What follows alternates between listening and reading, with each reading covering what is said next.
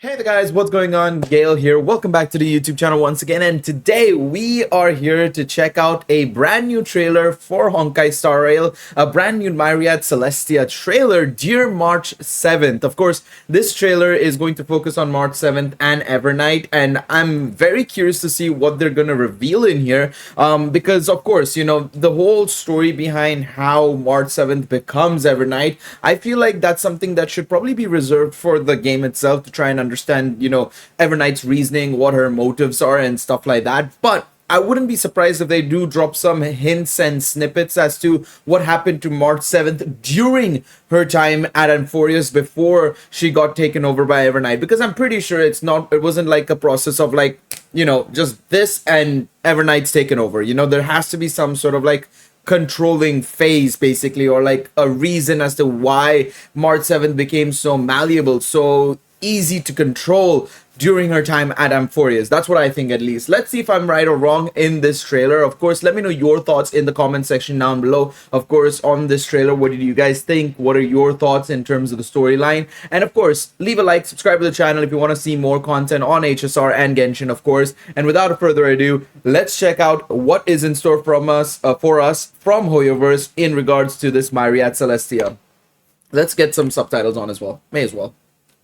Let's see. When the candlelight fades on the last day,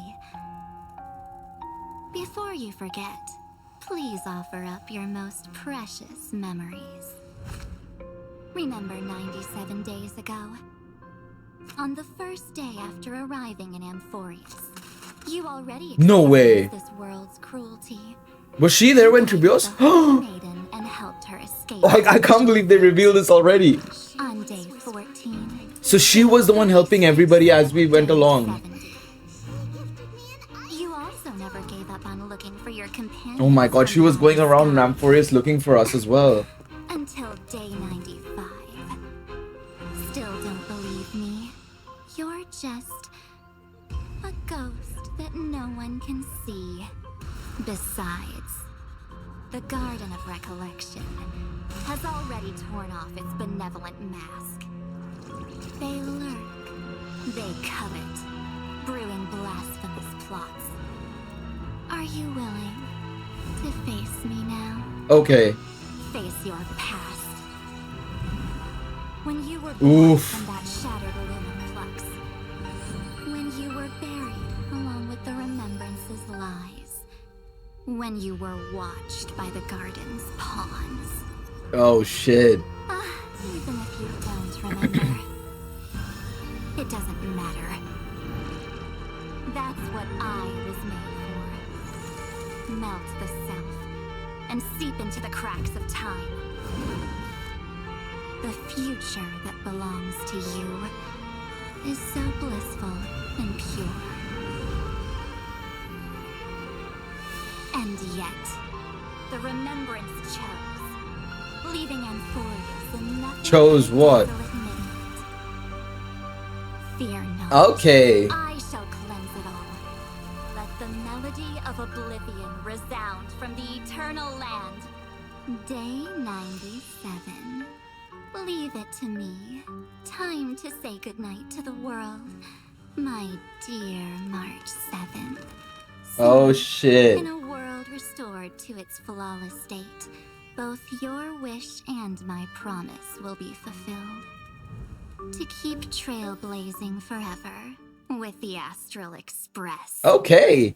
Alright, lots to break down there. So, first and foremost, this I think has got to be one of the most like important things from version 3.1 I remember, right? Was somebody helped Trebios. We didn't know who. Initially, we thought it was us when we were able to turn back time.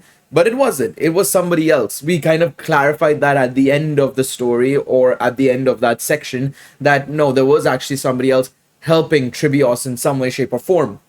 And the fact that it was March 7th is crazy. You know, it's like a sort of finally tying up a loose end. Something I wasn't expecting them to, you know, show off in a Myriad Celestia. I thought it would be something they'd leave as a big reveal in the game itself, to be quite honest.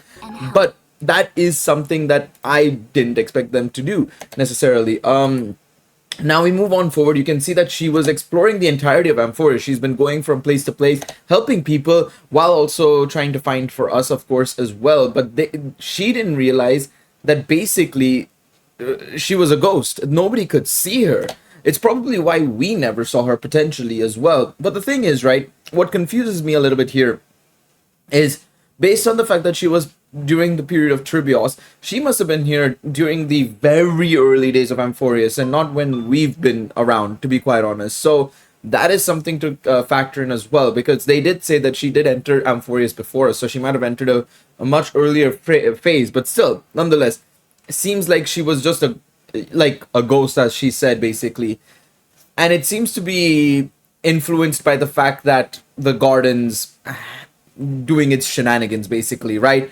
Now, obviously, Evernight goes on to talk about, the Garden of Recollection, how they're a bunch of dickheads, basically, doing whatever the fuck they want, trying to do, manipulate the world to obviously accomplish their goals, just like every other faction, of course, right? So it does seem like it kind of confirms what I was expecting in the, at the end of 3.5, in that it does seem like the Garden of Recollection is going to be the next big bad, basically, of this segment, effectively, of the story, which, I mean, there's not many patches to go for Amphorius 2, in fact, including 3.6, of course, right? Because in 3.8, we're going back to Penacony, as we know. So 3.6, 3.7, if that is going to be the end of Amphorius, basically, right? I feel like the Garden of Recollection subplot or faction of being evil has been introduced a little bit late, in my personal opinion. I feel like only giving them effectively 2 and a bit patches to kind of work with is a bit meh, to be quite honest. That's just my opinion, and maybe they might be able to execute it. Maybe the story is long enough, or they've made the length of the Trailblaze mission long enough to be able to accommodate this. But again, then it's going to create another bit of work of why is it like 10 hours long, the story. Anyways, the idea behind the Garden Recollection being a potential bad faction is, I think, something we've kind of expected, to be quite honest. It was something that we knew was going to happen potentially, especially since Herda was trying to deal with the Memo Keeper, of course, initially, and then of course, our suspicions on why Black Swan wanted us to come all the way here anyways.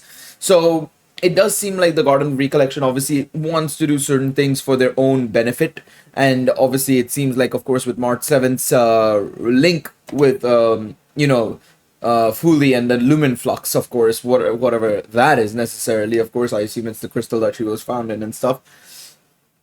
It's going to be very interesting to see what exactly is going to happen on that front and what Evernight's play is here, of course, right? It seems like she's also got her own ambitions and goals for Amphorius that may not align with us, the Trailblazer and the Deliverer's goals as well, because of course, as it was mentioned later on, if we go later on, the Remembrance shows blank, leaving Amphorius in nothing but desolate midnight. So technically, if you think about it, potentially based on that line alone, is that Amphorius could have had 2 different paths, right? 2 different routes, and they chose one route rather than the other one. Effectively, the Remembrance chose one route rather than the other, because Amphorius seems to have been set up to be under the Remembrance's domain, not the Erudition, not the Destructions, of course. Destruction was much later, but it was between Erudition and, of course, Remembrance, right?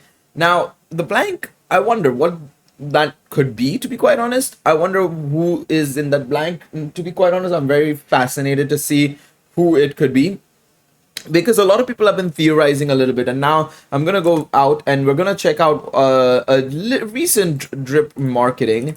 If we go back all the way here and we go to here, Cyrene HSR drip, there we go. That works. Let's take a look over here. I'm gonna open up this image in a new tab and we're gonna zoom in. We're gonna zoom in very deeply. Come on. Cyrene. Okay, that's the maximum we can zoom in. But I don't know if you guys can see. It's a very faint. I mean, obviously, if I could like really upscale it and stuff and we could zoom in properly, you would be able to see. But Cyrene's earring is it's basically like a Saturn-like object, basically. It's a planet with a ring around it. I wonder if that is going to be Celestia's, or Celestia? this isn't Genshin, Amphoreus's actual form, right? Because I wonder if these ribbons, right, the ribbons that have tied Amphoreus all along, right, the infinity symbol, will meld itself and will be able to generate a planet come the end of 3.7. That might be the case, right? But of course, I think this time around, I think in 3.6, our goal is to temper Evernight a little bit, I assume, is going to be the case, right? Because she seems to be hell-bent on going down a different route as well. As Liga said, that he isn't the only one trying to mold Amphoreus to his own vision. It's also the Garden of Recollection and the Memo Keepers and the Remembrance. So, it's going to be very interesting to see what ends up happening, of course, in this story and what ends up happening in terms of the goals for this one, because like Ligus isn't gonna be stopping either necessarily, right? Yes, we managed to scale back Iron Tomb by 30% to 60%, but we still have to deal with whatever Evernight's cooking up in the background, right? Now that that's a thing, we have to take care of that. Then we obviously have to deal with, of course, the combination of the two and dealing with the finale. How are we going to deliver Amphoreus into a new era? A new dawn, a new planet, effectively. And I wonder what's going to happen with March 7th and Evernight in terms of the future, obviously, right? Because they could easily make it so that Evernight is still present in March 7th come the end of Amphoreus, and you know, it's basically like they can switch personalities whenever they fucking want, which would be very funny, to be quite honest, seeing that in future regions, just Evernight popping up randomly and then going back to March 7th and stuff. But yeah, it's going to be very interesting. It's going to be very interesting. Let me know what you guys think in the comments. Thank you guys so much for watching this. Of course, I'm curious to see what you guys have to say, like I said, in the comment section down below. I'll see you guys in the next one. Until then, take it easy. Have yourselves a good one. And ciao.